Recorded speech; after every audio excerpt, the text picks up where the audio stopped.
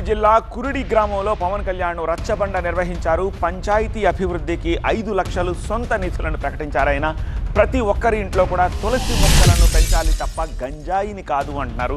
గంజాయిని విడనాడాలని పవన్ పిలుపునిచ్చారు. ఈ వార్తకు సంబంధించిన బ్రేకింగ్ ఇప్పుడు మనం చూస్తున్నాము. అల్లూరు జిల్లా కురిడి గ్రామంలో పవన్ కళ్యాణ్ రచ్చబండకు సంబంధించిన విజువల్స్ మీరు స్క్రీన్పై చూస్తున్నారు. ఈ కురిడి పంచాయతీ అభివృద్ధికి 5 లక్షల రూపాయల తన సొంత నిధులను ప్రకటించారు డిప్యూటీ సీఎం.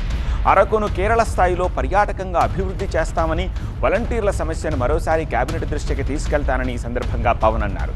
ప్రతి ఒక్కరి ఇంట్లో కూడా తులసి మొక్కల్ని పెంచండి, గంజాయిని విడనాడండి అంటూ ఆయన పిలుపునిచ్చారు.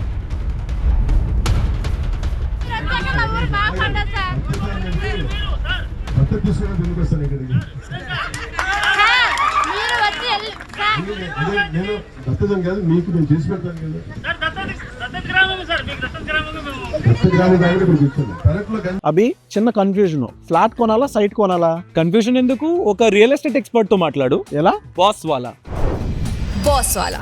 Be the boss. పండించుకోవడం కంటే కూడా తులసి మొక్క పండించుకోవడం మంచిది. మీరు మారేడు మొక్క పెంచితే మారేడు ఇవి తీస్తారు, కాయలు వస్తాయి. దాంతో కూడా చాలా మాదీపులు రసాయనం చేస్తాయి.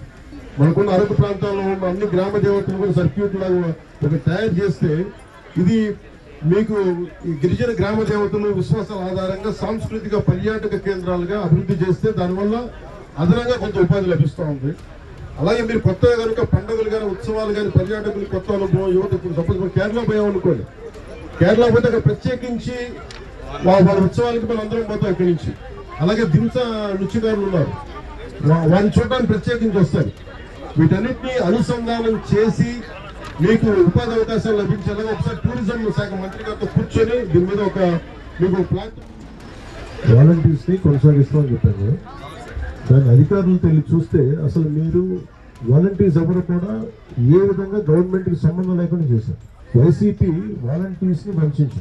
ఉద్యోగాలు వాళ్ళకి ఏ విధమైన జీవో లేదు, ఏ విధమైన జీవో ఇవ్వలేదు. తిరిగి ఇప్పుడు మనం ప్రభుత్వం మీకు ఒక పర్మిషన్ ఇచ్చి, గత ప్రభుత్వం ఇది అఫీషియల్ గా ఇది ఇస్తే వాళ్ళు చాలా వంచనతో చేశారు.